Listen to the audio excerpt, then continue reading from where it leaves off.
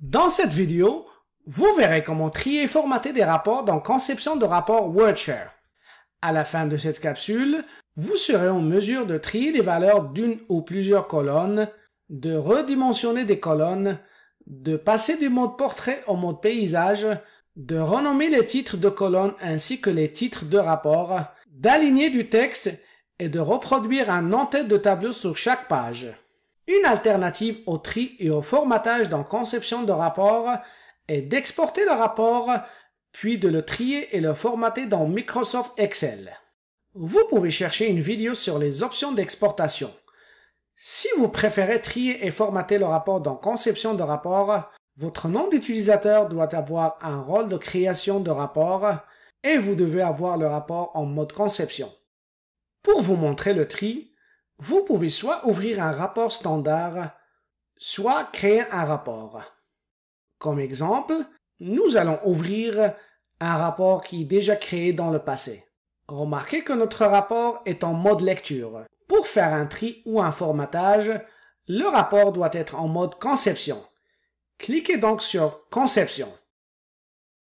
Il existe plusieurs méthodes pour accéder à une fonction de tri, surtout si vous voulez trier une seule colonne. La méthode la plus facile est de faire un clic droit sur la colonne que vous souhaitez trier. Pour trier par la colonne « Nom de la langue », faites un clic droit dans cette colonne, ensuite sélectionnez « Tri », puis « Croissant ».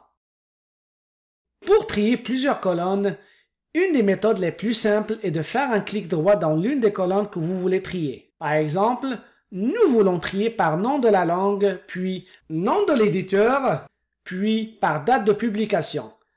Faites un clic droit sur la colonne nom de la langue, ensuite sélectionnez Tri, puis Avancer. Cliquez ensuite sur Ajouter et sélectionnez le nom de la langue, puis cliquez sur OK. Cliquez de nouveau sur Ajouter, puis sélectionnez Date de publication, puis cliquez sur OK. Vous pouvez changer l'ordre de tri en cliquant sur les flèches sous Priorité. Par exemple, pour que la date de publication soit en deuxième position, appuyez sur la flèche. Vous pouvez sélectionner l'ordre croissant ou décroissant pour chaque élément et vous pouvez également ajouter ou supprimer des tris. Si vous êtes satisfait du tri, cliquez sur OK. Il y a deux façons de redimensionner les colonnes.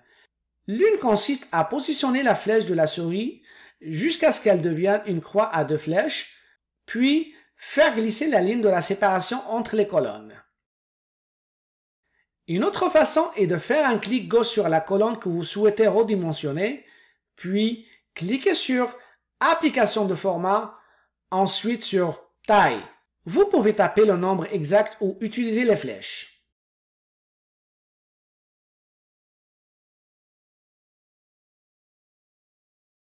En fonction de la largeur de votre rapport, si vous prévoyez de l'exporter en PDF ou de l'imprimer, vous voudrez peut-être passer du mode portrait au mode paysage.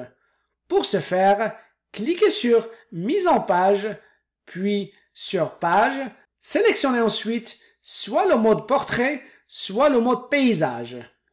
Les en-têtes de colonnes proviennent des objets de rapport utilisés pour créer le rapport, mais vous pouvez facilement modifier les en-têtes de colonnes en double-cliquant dessus, puis en tapant un nouveau nom et en appuyant sur la touche Entrée de votre clavier. Il y a plusieurs façons de changer le titre du rapport. Le plus simple est de double-cliquer sur le titre en bas à gauche de votre écran, d'inscrire le nouveau titre, puis d'appuyer sur la touche Entrée de votre clavier. Vous voudrez peut-être aligner le titre, par exemple pour le centrer. Pour ce faire, sélectionnez le titre, puis cliquez sur Application de format, puis sur Alignement, vous avez le choix d'aligner à gauche, d'aligner à droite ou d'aligner au centre. Vous pouvez faire la même chose avec les en-têtes de colonnes. Une autre tâche courante est le renvoi à la ligne automatique pour que le texte s'adapte à une colonne. Dans Conception de rapport, vous faites cela séparément pour les cellules de données et les cellules d'en-tête.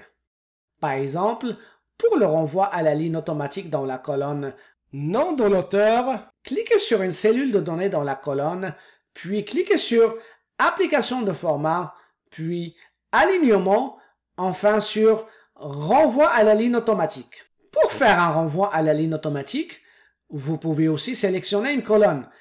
Faites un clic droit, sélectionnez Texte, ensuite Renvoi à la ligne automatique. Remarquez que même si le texte dans les cellules de la colonne Nom de l'auteur est automatiquement renvoyé à la ligne, l'entête de cette colonne n'est pas impactée. Cliquez sur l'entête de colonne, puis cliquez sur Application de format, ensuite Alignement, Renvoi à la ligne automatique. Si vous voulez utiliser la même fonctionnalité pour les entêtes de colonne à la fois, cliquez sur la première colonne, maintenez la touche Maj enfoncée sur le clavier, puis cliquez sur la dernière colonne, puis sur Renvoi à la ligne automatique. Vous pouvez utiliser cette fonctionnalité soit à partir de la barre d'outils, soit à partir du menu contextuel. Ce rapport comporte plusieurs pages. Lorsque vous cliquez sur d'autres pages, remarquez que les entêtes de colonne ne s'affichent que sur la première page.